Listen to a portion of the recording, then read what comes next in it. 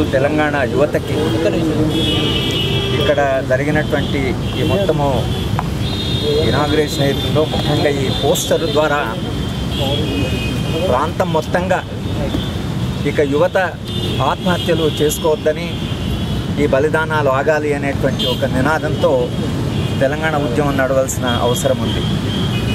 తెలంగాణ ఉద్యమం చాలా ఆటుపోట్లకి గురైంది. వచ్చినట్లుగానే వచ్చి రాకపోవడం అనేది ఆశలు పెట్టుకున్న యువతకి, ఆశయాలతో ఉన్న యువతకి దిగ్భ్రాంతి కలిగించి అది ప్రాణాలను తీసుకునేదాకా వెళ్ళిపోయింది.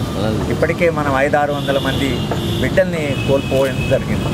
తెలంగాణకి ఉండేది యుద్ధ వారసత్వము, పోరాట వారసత్వం.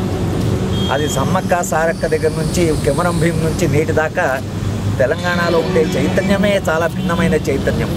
ప్రజలు పోరాటాల ద్వారా తమ సమస్యలు పరిష్కరించుకున్నారు, కానీ ఆత్మ బలిదానాలు అనేటువంటివి ఇవి కొత్తగా వచ్చినటువంటి ప్రక్రియ.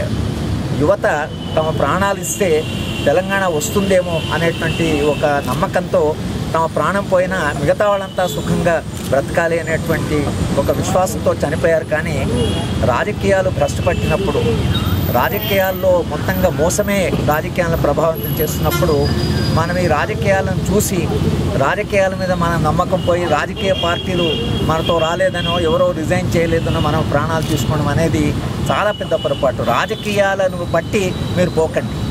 తెలంగాణ ప్రజల మీద విశ్వాసం ఉంచండి.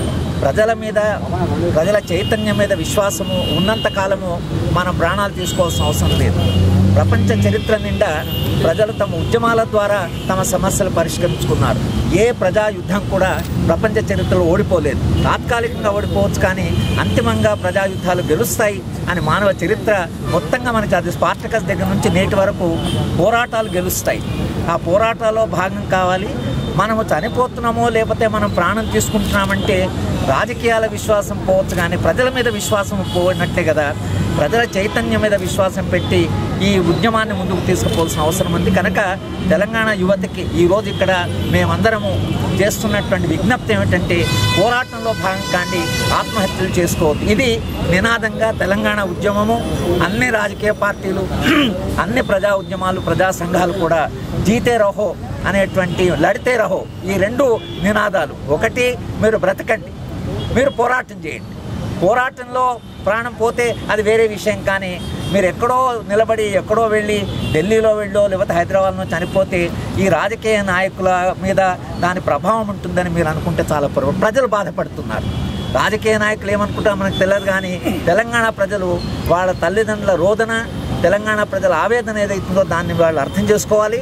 ప్రజల మీద, ప్రజా చైతన్యం మీద, ప్రజా పోరాటం మీద సంపూర్ణ విశ్వాసంతో రాబోయే యుద్ధం జరగవలసింది. కానీ ఇప్పటి నుంచి ఒక్క ప్రాణం కూడా పోకూడదనేటువంటి ఈ నినాదం ఏదైతుందో అన్ని సంఘాలు, అన్ని ప్రజా సంఘాలు జై తెలంగాణ అన్నట్లుగానే బలిదానాలు వద్దు అనేటువంటి నినాదంతో ముందుకు పోవాల్సిన అవసరం ఉంది. దాంతో జీతే రహో, जीते रहो, लड़ते रहो, तेलंगाना आए तक लड़ते रहो, मगर आपका प्राण देना नहीं चाहिए, ప్రాణాలు ఇవ్వొద్దు అనేటువంటి నినాదంతో తెలంగాణ ఉద్యమం సాగుతుంది. ఇప్పటి నుంచి జరిగే తెలంగాణ ఉద్యమంలో బలిదానాలని ఉండవు, పోరాటాలే ఉంటాయి.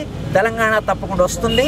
ప్రజల పోరాటాలు, ఏ ప్రభుత్వాలు కూడా, ఎంత బలమైన ప్రభుత్వాలైనా ప్రజా పోరాటాలను ఆపలేవు, అవి ఏ ఆకాంక్షను కూడా ఆపలేవు అనేటువంటి చారిత్రక సత్యాన్ని విశ్వసించి తెలంగాణ యువత ముందుకు పోవాల్సిన అవసరం ఉందనేది ఈ నినాదం ద్వారా ఈరోజు ప్రజలకి దగ్గరికి పోవడానికి ఈ ప్రయత్నం ఏదైతుందో మీడియా ద్వారా మేమందరూ కూడా చేస్తున్న విజ్ఞప్తి, ఇక బలిదానాలు వద్దు, పోరాటాలే కావాలి, జీతే రహో అనేటువంటి నినాదం తెలంగాణ అంతా మారుమోగాలి అనేటువంటి ఒక విజ్ఞప్తి మేము మీడియా ద్వారా ఈ రాష్ట్ర, ముఖ్యంగా మన తెలంగాణ యువతకి మేము విజ్ఞప్తి చేస్తున్నాం.